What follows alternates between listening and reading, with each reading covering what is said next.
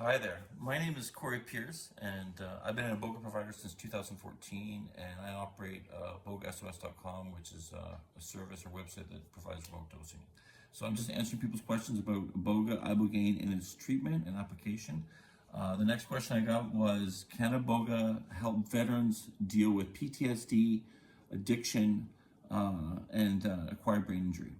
And the answer to the question is yes on all points. All those three conditions or issues are all resulting of essential form of brain damage. So when it comes to the first two, the addiction and the PTSD, that can usually be treated with just one flood dose. It's always good to do some follow-up possibly if it's required, but usually with one flood dose, they can usually definitely treat the addiction, that's for sure. And the PTSD, definitely just one flow dose would be dramatic enough usually for most people to kind of do the job. With acquired brain injury, the flood dose will essentially make a dramatic change and effect in the sense of a positive way. It'll help heal and deal with some of the symptoms that come with that acquired brain injury. So in that sense, absolutely, but it will probably need more follow-up treatment, either through microdosing or staggered dosing. But I always recommend doing a flood dose just to start to get that sort of dramatic effect in healing, because it is dramatic. Iboga has a very, very dramatic effect on healing the brain.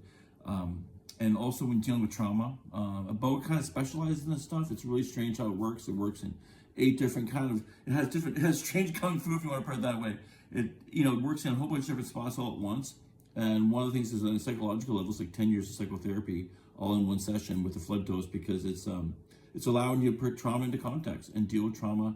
And it kind of presents stuff and it heals that trauma in a way that's not just, it's almost in a chemical way, a physical way, a spiritual way, and also just an intellectual way, putting things into context and giving understanding to what happened to you and why it happened to you and all those questions you might have.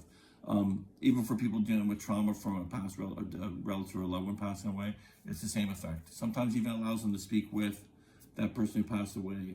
Because the Iboga does work in magical ways and strange ways. I always describe it, it allows your conscious mind to talk to your subconscious and then can connect with the collective conscious. So you have some strange effects from that. And one of them is sometimes people actually see relatives pass away and live past lives or visit past lives. It's just very strange medicine. Anyways, I hope that answered your question.